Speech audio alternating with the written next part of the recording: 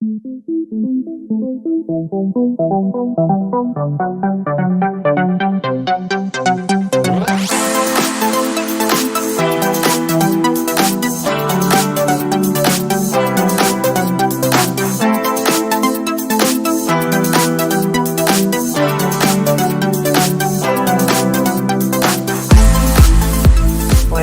hola a todos nuevamente, bienvenidos.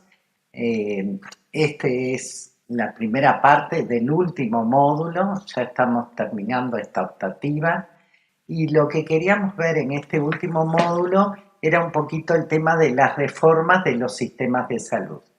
En ese sentido, ustedes van a tener dos partes. Esta primera, que es más que nada cómo es cualquier reforma de cualquier sistema de salud, y después van a tener una más específica de la reforma de salud del sistema de salud uruguayo, ¿no? Del Sistema Nacional Integrado de Salud, cómo se conforma. Bueno, lo que vamos a ver es primero una ubicación temporal de los procesos de reforma de los sistemas de salud, qué determinan los procesos de reforma, algunos conceptos y definiciones, cuáles son los objetivos, qué se busca con una reforma sanitaria, cómo se analizan las reformas y después vamos a ver algún elemento que todavía queda como de debate actual de las reformas y que también la idea es que ustedes piensen cómo ha sido en el Uruguay, ¿no? Entonces, bueno, primero en cuanto a la ubicación temporal de las reformas, acá vamos a ver la evolución del sector en América Latina y el Caribe en el siglo XX. En realidad nosotros a final del siglo lo que vamos a encontrar es en la mayoría de los países lo que había era una atención privada, cada uno iba al médico y le pagaba y lo que se encargaba el Estado en realidad era la asistencia pública a la caridad, a los pobres y a los indigentes. Solo de eso se encargaba el Estado. Y después la medicina se desarrollaba de manera privada y casi individual, ¿no? En aquello que veían con Fiorella del mercado, había una oferta por parte del médico y una demanda por parte de los individuos que iban y le pagaban y bueno, muchos le pagaban además con alimentos, otros le pagaban con dinero, había distintas formas de comercializar. Luego, a partir más o menos de 1920 a 1940 en América Latina, en todos los países, sobre todo Argentina, Uruguay, Chile o países donde hubo mucha inmigración, empieza el desarrollo de una seguridad social. A partir de los inmigrantes requerían nuclearse y empezar a hacer fondos económicos para de alguna manera, en caso de tener algún problema de salud, poder afrontarlo entre todos, ¿verdad? Basados en la solidaridad, surge esta cuestión de la seguridad social. En Uruguay fue bien interesante porque hay un desarrollo de la atención privada de la medicina en ese sentido y ustedes van a ver que las distintas instituciones privadas aún hoy tienen distintos nombres que nos hacen acordar a estos colectivos inmigrantes, ¿verdad? La Sociedad Española, estaba el Hospital Italiano, Casa de Galicia, que hace poco la cerraron, en fin, pero eran distintos colectivos de inmigrantes que de alguna manera trataban de, por esto de seguridad social, afrontar de manera conjunta de acuerdo a sus pares, de afrontar los distintos problemas que podían tener de enfermedad o, por ejemplo, en caso de muerte también, ¿no? De apoyo a las familias. Luego en 1950, 1970, crece esto que nosotros llamamos el Estado benefactor, que es cuando la sociedad entiende y las distintas países empiezan a entender que hay una parte del gobierno que se tiene que hacer cargo de algunas responsabilidades. Y estas responsabilidades van como respuesta a los derechos que tiene la gente. Por lo tanto, comienza la prestación pública de los servicios de salud, donde el Estado es el que brinda esos servicios de salud. Eso en Uruguay no hubo mucho desarrollo porque Uruguay siguió en este desarrollo histórico prestando mediante los hospitales atención solamente a la gente más pobre, pero no, lo que sí hubo fue por parte del Estado la asunción de la responsabilidad de la seguridad social de descontarle a los trabajadores privados, en parte Paradice, y de pagarles de una cuota, no era una cuota como la de ahora, que es una cápita por edad y sexo, sino que era una cuota igualitaria en los servicios privados, ¿verdad? Luego ya a partir de los 1980, 1990, de acuerdo a los distintos países, empiezan las primeras reformas del sector salud.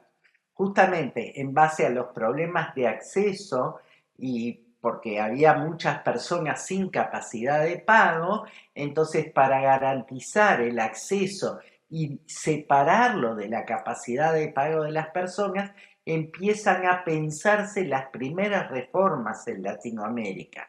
En muchos países también saliendo de las dictaduras militares que hubo en toda Latinoamérica. Y después, ya más contra los años 2000, 2000 y pico, empieza esta conciencia social, ¿verdad? De una protección social universal, pero como derecho ciudadano, en la cual se le vuelve a reclamar a los estados, no como un estado benefactor, sino que de alguna manera se ofrezcan garantías a todas las personas. Esto es un poco la historia y en este entorno, en la crisis luego de 1970, es que aparecen las primeras reformas del sector salud. No todas las reformas del sector salud tenían los mismos objetivos, pero sí podemos ver algunas de los objetivos en América Latina durante estos tiempos. Las reformas de los sistemas de salud de los años 80 y de los años 90, en realidad, como explicaba Leukovich, que fue un director de OPS, especialista en sistemas de salud, él lo que decía era que las reformas de salud siempre estaban muy ligadas a las reformas del Estado, pero las reformas se han vinculado tanto de salud como del Estado, sobre todo en esta primera etapa, vinculado a procesos de ajuste, a procesos de achicamiento del Estado, ¿verdad?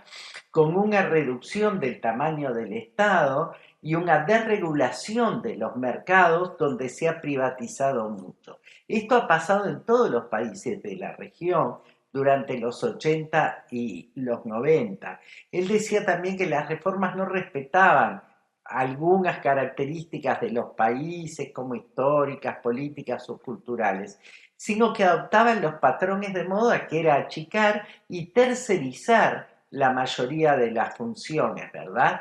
¿Y por qué? Porque atrás de todas estas primeras reformas de Latinoamérica estaban los bancos internacionales o las entidades financieras como el Banco Mundial o como el Banco Interamericano de Desarrollo. O sea que durante los 80 y los 90 lo que hubo fue un impulso para que se reformaran los sistemas de salud pensándolo como sistemas más eficientes desde el punto de vista económico, que era lo único que de alguna manera importaba.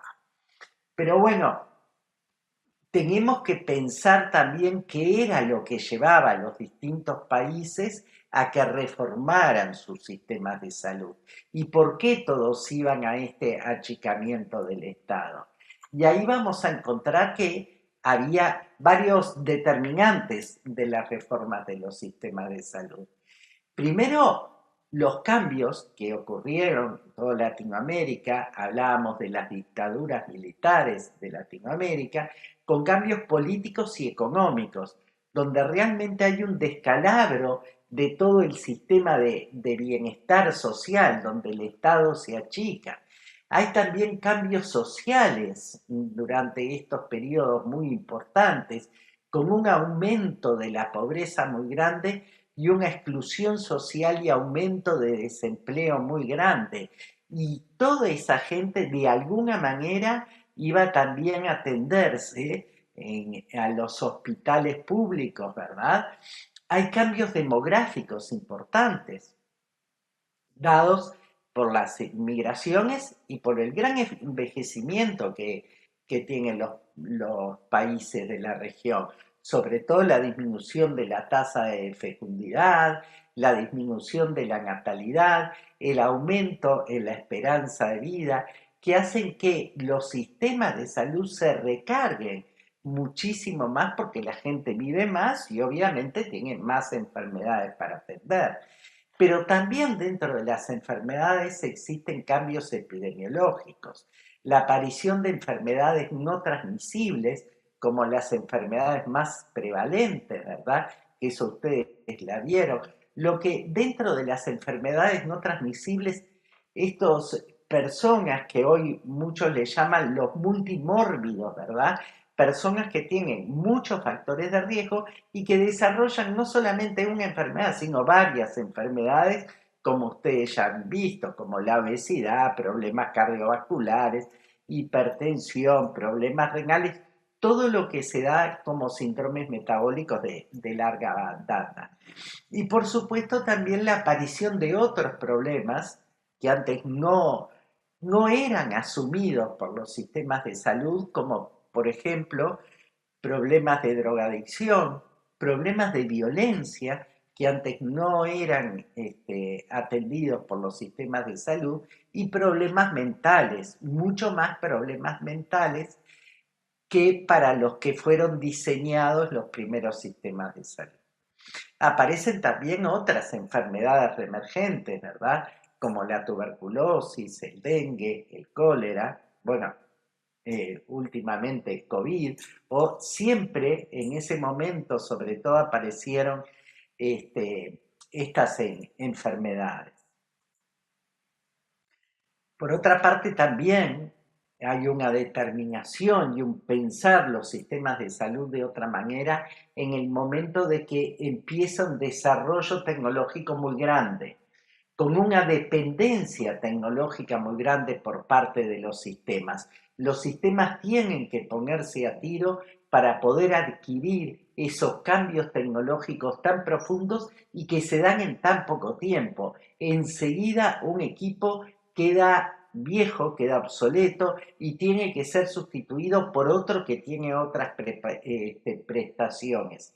Y a veces repararlo es más caro que adquirir otro nuevo. Entonces seguimos rehenes de esos cambios tecnológicos y esos cambios tecnológicos que muchas veces se encarecen la atención médica no necesariamente mejoran la atención a la salud, ¿verdad? Esto trae costos crecientes en atención con aumento de los costos, no necesariamente aumento de los beneficios, por eso el cálculo del costo-beneficio es muy importante.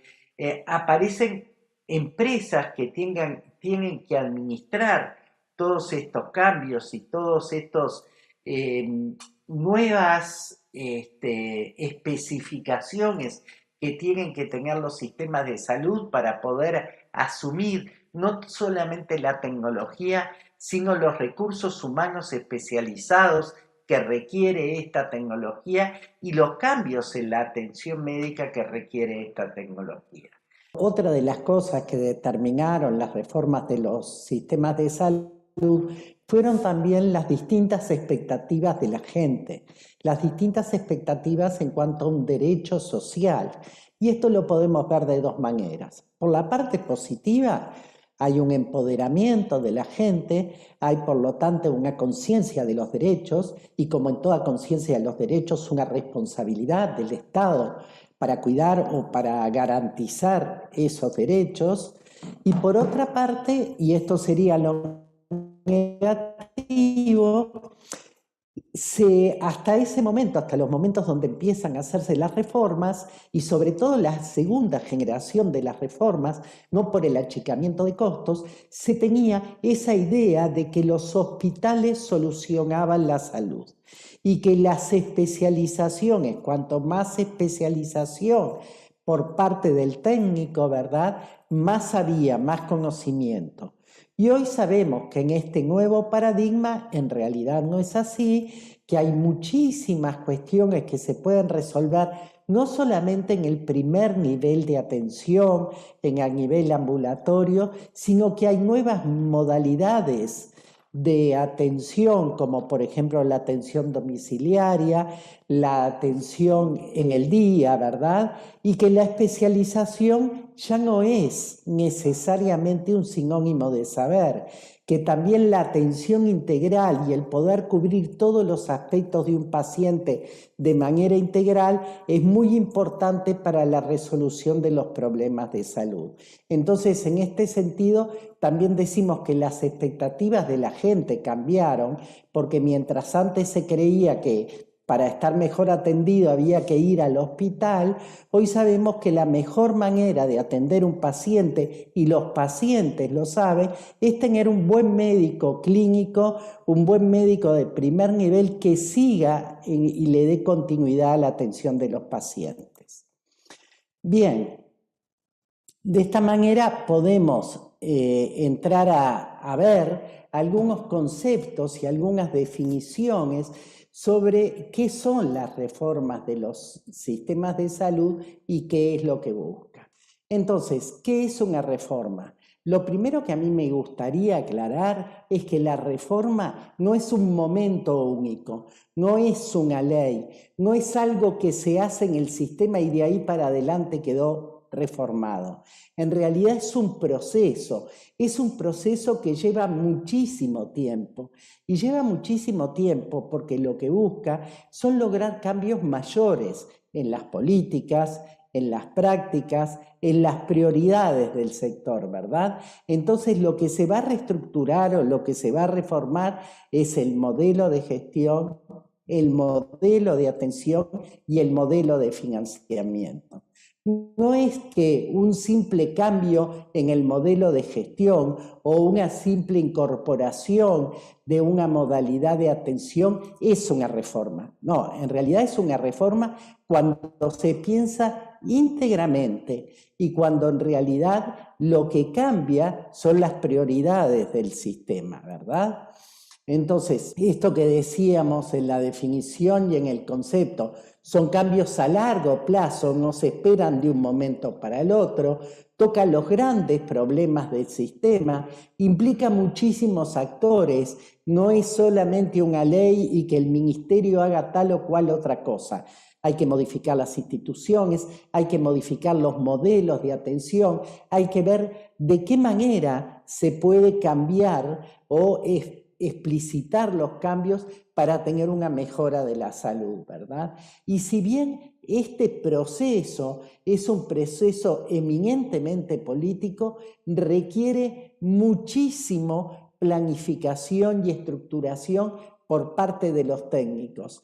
Entonces acá los técnicos en salud pública, los técnicos en gestión de servicios, los economistas, los sociólogos que trabajan en políticas sanitarias, en fin, los epidemiólogos, entre todos técnicamente podemos aportar a este proceso, pero es un proceso político que requiere una fuerte conducción política y una fuerte conducción política por parte del gobierno y de la autoridad sanitaria.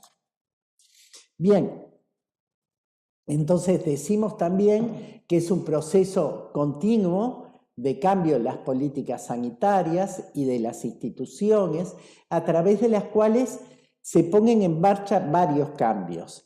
Y a mí me gusta puntualizar algunos que muchas veces llevan a confusión. Primero, es un cambio estructural, como vimos, porque atañe a todas las estructuras del sistema.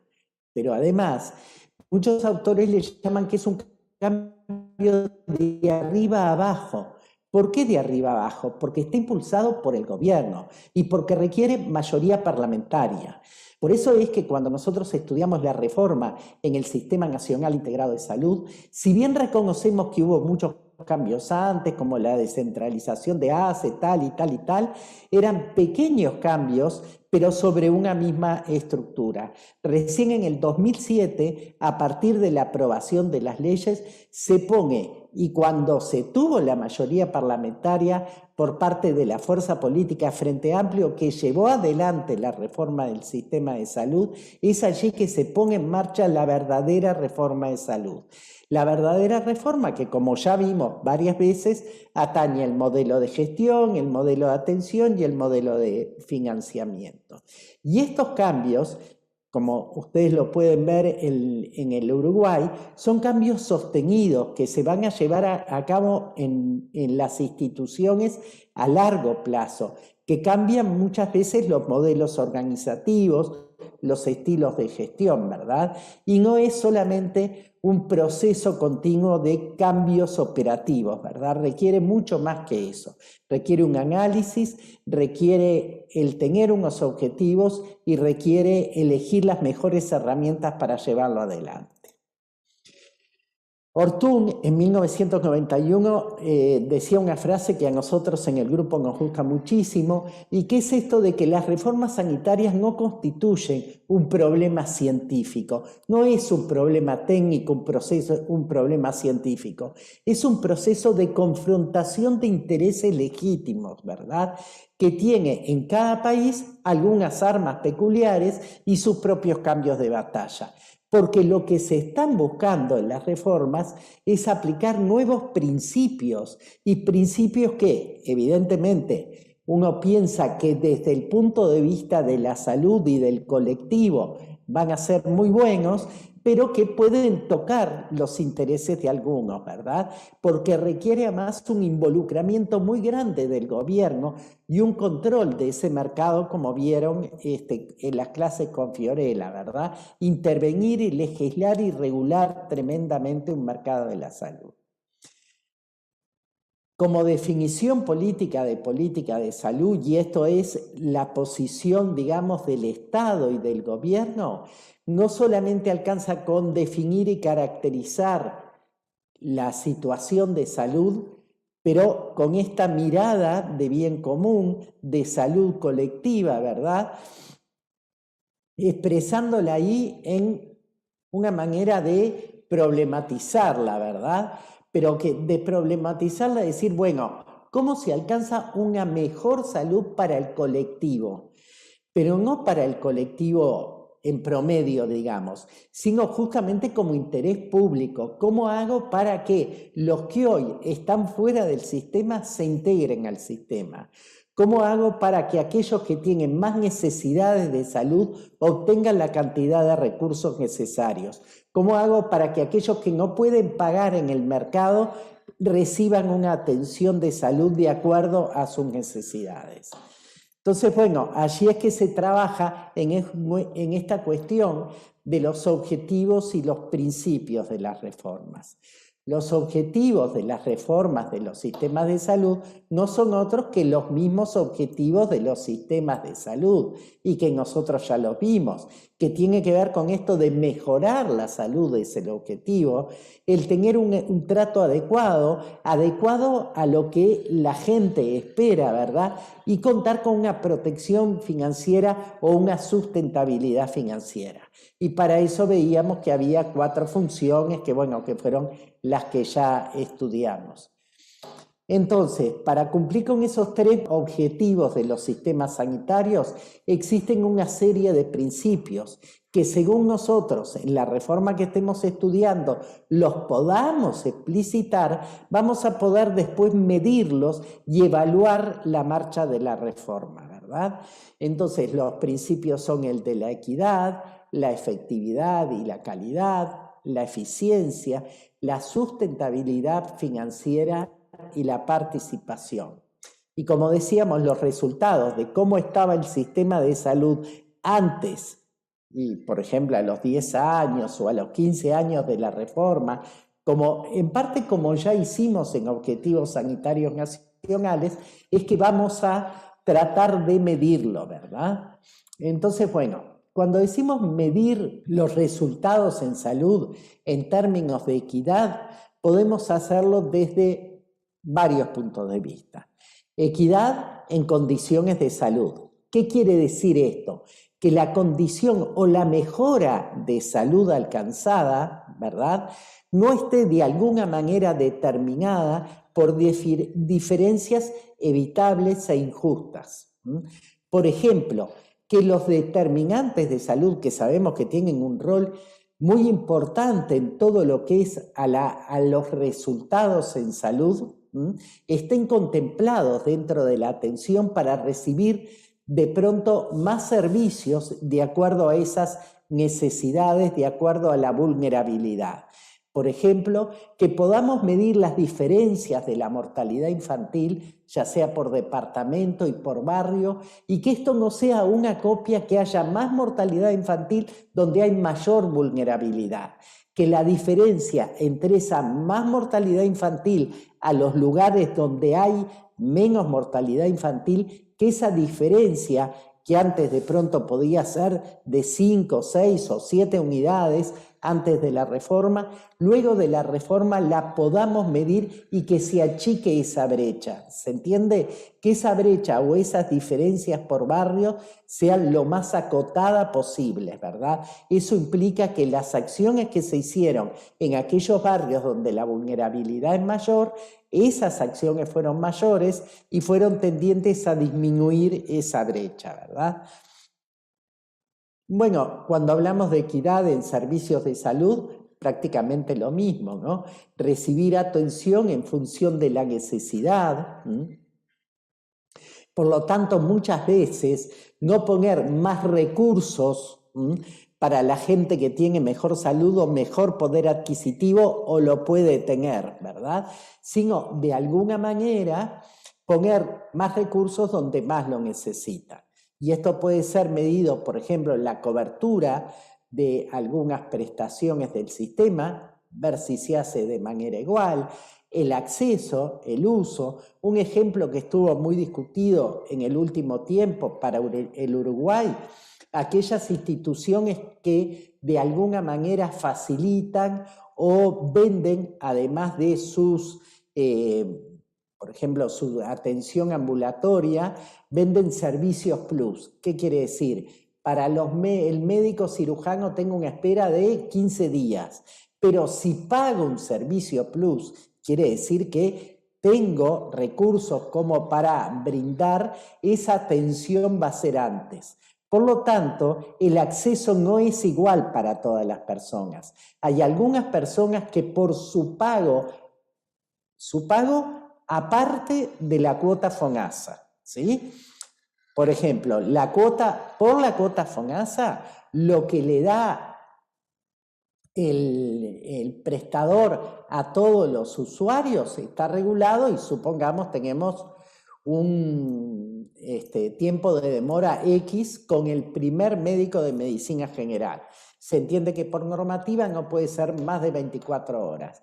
Pero bueno, si yo pago una cuota extra fuera de mi cobertura FONASA, ¿verdad? Un servicio plus, por ejemplo, o un servicio VIP, ahí puedo elegir una hora en el día con el médico que yo elija, por ejemplo. Esos son, de alguna manera, algunas condiciones que no establecerían una equidad frente a todos los usuarios. La equidad financiera, ¿cómo la medimos? Bueno, justamente sí, lo que pagamos todos es lo mismo para recibir una atención estándar para todos iguales, ¿verdad? Entonces, en realidad, ese puede ser un modelo de pagar todos en forma igualitaria. Y otro modelo puede ser que, como es en el modelo del Uruguay, que en realidad contribuyamos en forma equitativa. Quien tiene más, paga más, ¿verdad? La cuota de salud que paga quien tiene un mayor salario es mayor que la cuota salud, el aporte, no la cuota, el aporte que hace por su nómina, por su sueldo, es mayor que el aporte que hace alguien que gana menos, ¿verdad? Eso es el principio de la equidad financiera. También podemos tener otros principios como la efectividad, ¿verdad? La efectividad que se mide como el impacto constatado en la población de la mejora de salud. ¿Cómo hago para ver esta efectividad? Y ahí puedo tener varias cosas. Primero, medirla por calidad técnica, donde existen muchos programas, algunos de los que ya vimos en este curso, como objetivos sanitarios, programas de seguridad del paciente, la accesibilidad y la obligatoriedad de brindar cuidados paliativos, ¿verdad? Que eso es calidad técnica. Un técnico puede establecer a dónde queremos llegar, ¿verdad? Y por otra parte también está esta cuestión de la conformidad, de los programas centrados en el paciente, ¿verdad? ¿Qué condiciones materiales y éticas son adecuadas para el paciente? ¿Es adecuado que, por ejemplo, en la internación, para poder organizar mejor las tareas de enfermería, despierte los pacientes a las 5 de la mañana para bañarlos? En realidad no parecería muy adecuado, pero durante mucho tiempo fue así. Se organizaban las tareas, no solo de enfermería, médicos, o las tareas administrativas, de acuerdo a la mayor optimización para la gestión y no necesariamente para el paciente o pensando en la comodidad del paciente, en la importancia del descanso seguro, no entrar a las 2 de la mañana, prender todas las luces, entrar con un carro que hace ruido para poder hacerle los controles al paciente, ¿verdad? Bueno, hoy en día ese tipo de conductas o de actividades organizadas con el fin de optimizar los recursos humanos están cambiando para estos programas de atención pensado en la conformidad del usuario, así como la consejería, ¿verdad? En qué manera me siento con el paciente, me siento a explicarle su enfermedad, me siento a explicarle las posibles complicaciones, me siento a explicarle los tratamientos que hay y lo ayudo a decidir, distinto al paradigma de decidir con él. Por eso la comunicación es uno de los aspectos también bien importantes dentro de esta metodología de evaluación y la mirada de acuerdo a los principios rectores. Cuando queremos ver qué pasa con la eficiencia, ahí las podemos medir, que es esta cuestión de que, bueno, ¿dónde obtengo los mejores resultados empleando los menores recursos, ¿verdad? En realidad ahí puedo tener dos dimensiones. Primero, en donde asigno los recursos, donde me genera la mejor ganancia en términos de salud por unidad de costo. Por ejemplo, en el primer nivel de atención, no va a ser inmediato, pero bueno, si tengo un buen nivel de atención, un nivel de atención sustentable, un nivel de atención efectivo, ¿no? El primer nivel, en realidad lo que me llegue a un tercer nivel va a ser mucho menos, ¿verdad? Por ejemplo, asignar recursos para trabajar en determinados factores de riesgo, trabajar de forma intersectorialidad, de manera integral, tratando de cambiar, por ejemplo, estilos de vida, conductas, ¿verdad? Como educación en las escuelas, educación sexual y reproductiva, que no fumen, en fin, esas cosas que hoy vemos que hay programas que trabajan esos aspectos de forma intersectorial. Lo mismo es en mejorar la productividad. La productividad es que con determinados recursos se puedan obtener más unidades de producto. O sea, que incentivar a que con determinados recursos y con un costo dado se puedan aumentar algunos, la productividad o la cantidad de servicios de algunas unidades ejecutoras o de algunos prestadores. Para eso existen compromisos de gestión, herramientas de gestión clínicas que nos permiten justamente el mejorar la eficiencia a nivel de los departamentos clínicos y del uso de los recursos, se usa mucho, por ejemplo, en bloques quirúrgicos o ese tipo de servicios cerrados. En cuanto a la sustentabilidad financiera, en realidad hay dos dimensiones ahí, que una es la dimensión social y la otra la financiera propiamente dicha. En cuanto a la dimensión social es, bueno, ¿cuánto resuelve un país gastar como porcentaje de PBI? En realidad no hay un número de que tal es el porcentaje de PBI mejor. Bueno, depende de varias cosas, depende de cómo es el financiamiento, cómo se mantiene ese financiamiento, ¿verdad? Y eso implica de alguna manera, para tomar algunos riesgos en ese sentido, se necesita contar con apoyo social y con disponibilidad de recursos, que muchas veces no son asignados o el determinado país no los tiene, ¿verdad? Pero hay algunos, como por ejemplo lo que pueden ser los planes de inmunización, el control prenatal, las estrategias de APS, que sabemos que son, si bien son esfuerzos que muchas veces se hacen y que tienen un costo, en el mediano plazo sabemos que eso va a incrementar tremendamente la cobertura y que tiene un impacto mucho más grande en la salud de la gente. Cuanto más aumente la cobertura, mejor va a ser la salud de la gente, y apoyar esos programas es algo que asegura justamente la sustentabilidad, porque como dicen muchos autores, muchas veces ahorra gastos en otros lugares que son más caros, ¿verdad?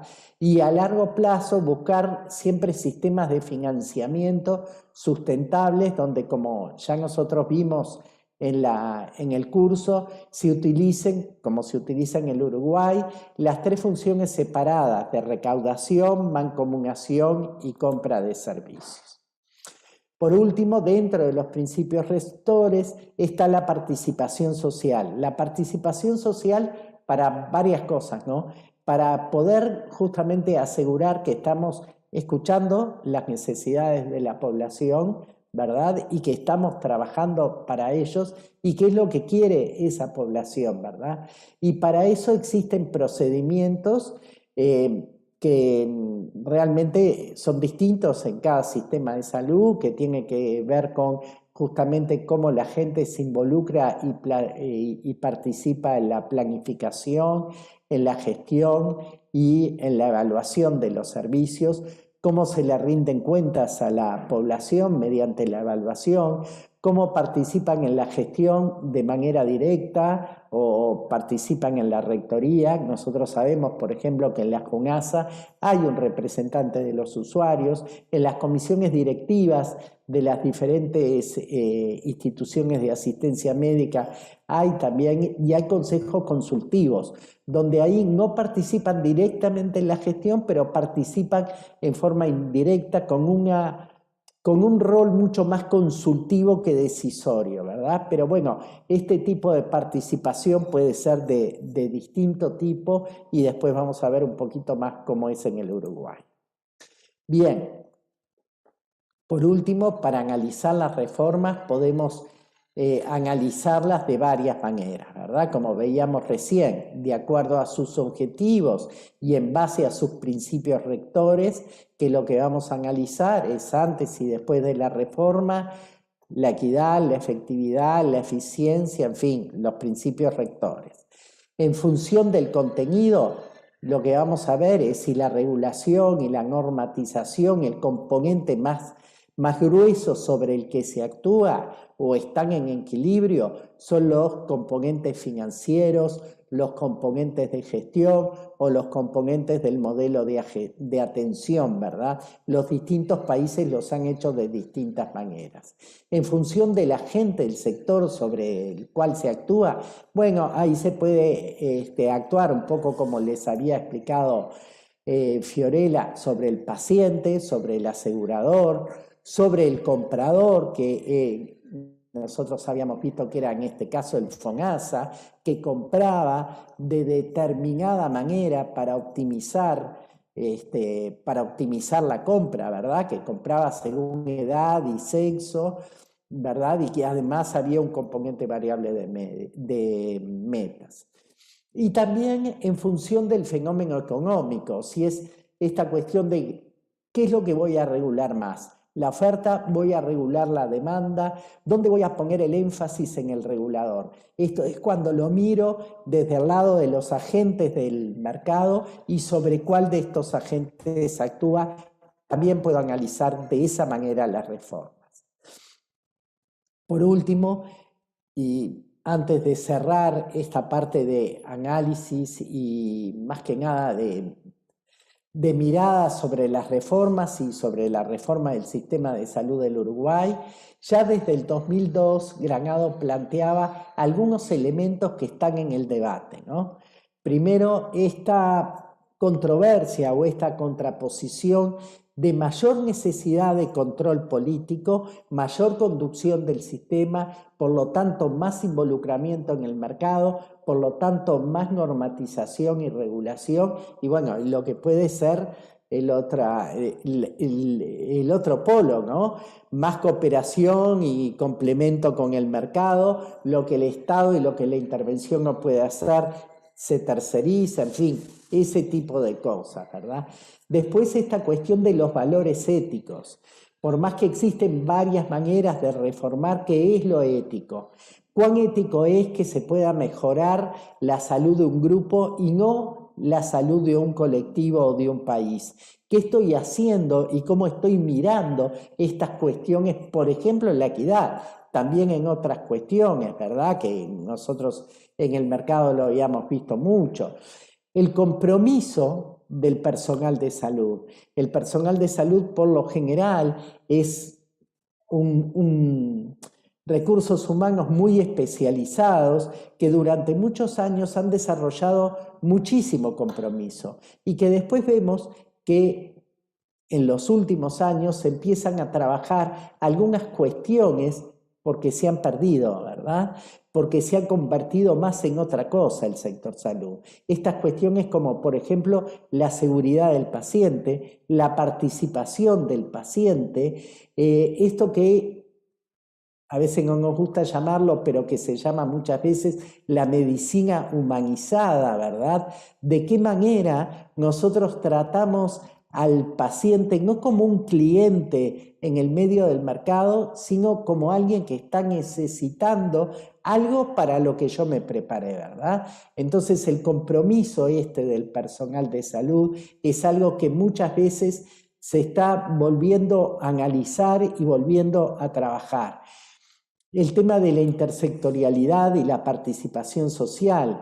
Cada vez más hay acciones que no dependen del sistema de atención médica, sino que dependen más de otros sectores como la salud, el respeto por el medio ambiente, en fin, todas estas cuestiones que hemos visto.